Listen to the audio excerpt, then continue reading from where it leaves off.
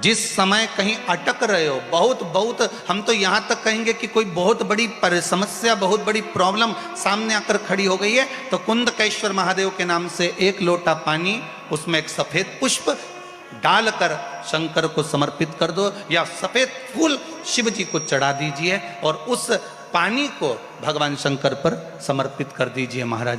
और उसके बाद आप आगे बढ़ जाइए, फिर कोई डरने की जरूरत नहीं होगी, शिव उसको संभाल लेगा। कुंदकेश्वर महादेव संभाल।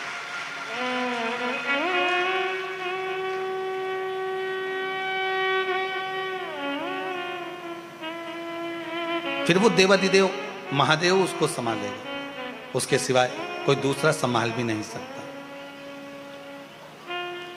संभालने वाला वो शंकर ही हो सकता है।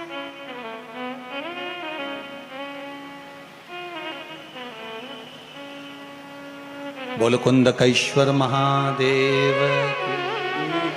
भगवान कुंदकेश्वर महादेव के रूप में विराजमान हो गए। एक बार भगवान शंकर माता पार्वती को लेकर काशी घूमने के लिए गए, और काशी घूमने के लिए गए तब माता पार्वती जी ने भगवान शिव से कहा, भोलेनाथ आप मेरे साथ इस काशी में विराजमान होइए।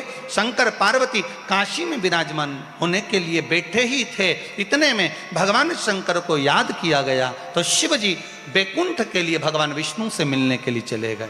माता पार्वती के नैनों में जल भर गया, आप हमारे साथ आए हो, भ्रमण करने के लिए आए हो, और आप हमें अकेला छोड़कर जा रहे हो। शंकर भगवान ने कहा, चिंता मत कर पार्वती, सामने अशोक का वृक्ष है,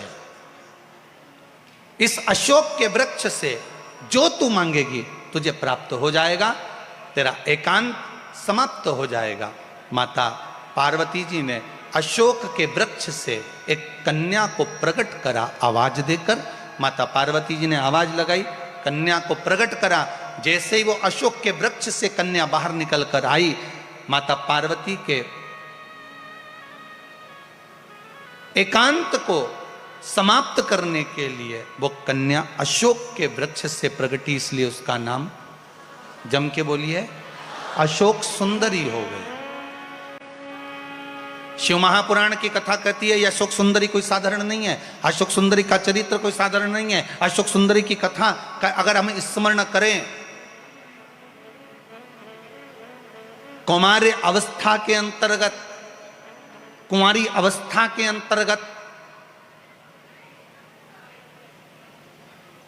जिस कन्या हो चाहे वर हो, अगर उसके जीवन में, अगर वो कुंवारी अवस्था में है, चाहे कन्या हो चाहे वर हो, उसके कुमारी अवस्था के अंतर्गत उसको जीवन में कुछ भी तकलीफ आए, हम तो फिर बच्चों से भी कहेंगे, ये बेटियों से, ये बेटों से जो कुंवारी अवस्था के हैं, जिनका विवाह नहीं हुआ, उनसे हम ये जरूर कहेंगे कि जब भी आप शंकर जी को जल चढ़ाने के लिए जाओ, एक लोटा पानी चढ़ाने के लिए जाओ, तो शंकर जी को जब जल चढ़ाओ तो उससे पहले प्रयास करना कि जो शंकर जी के सामने, आपको मालूम है ना अशोक सुंदरी की जगह, शिव जी के सामने जहां से पानी बहता है, उसके सामने बीच में एक मोटी सी लाइन होती है, वो अशोक सुंदरी की जगह होती है। अगर आप कोई एग्जाम देने जा रहे हो, कोई कंपटीशन एग्जाम में बैठ रहे हो, कहीं इंटरव्यू देने जा रहे हो, या कोई परीक्षा निकल नहीं रही है, तो प्रयास करो, विवाह नहीं हो रहा है या कोई काम आपका अटक रहा है, तो शिव को जल चढ़ाने से पहले अशोक सुंदरी वाली जगह पर आप थोड़ा सा जल समर्पित करो,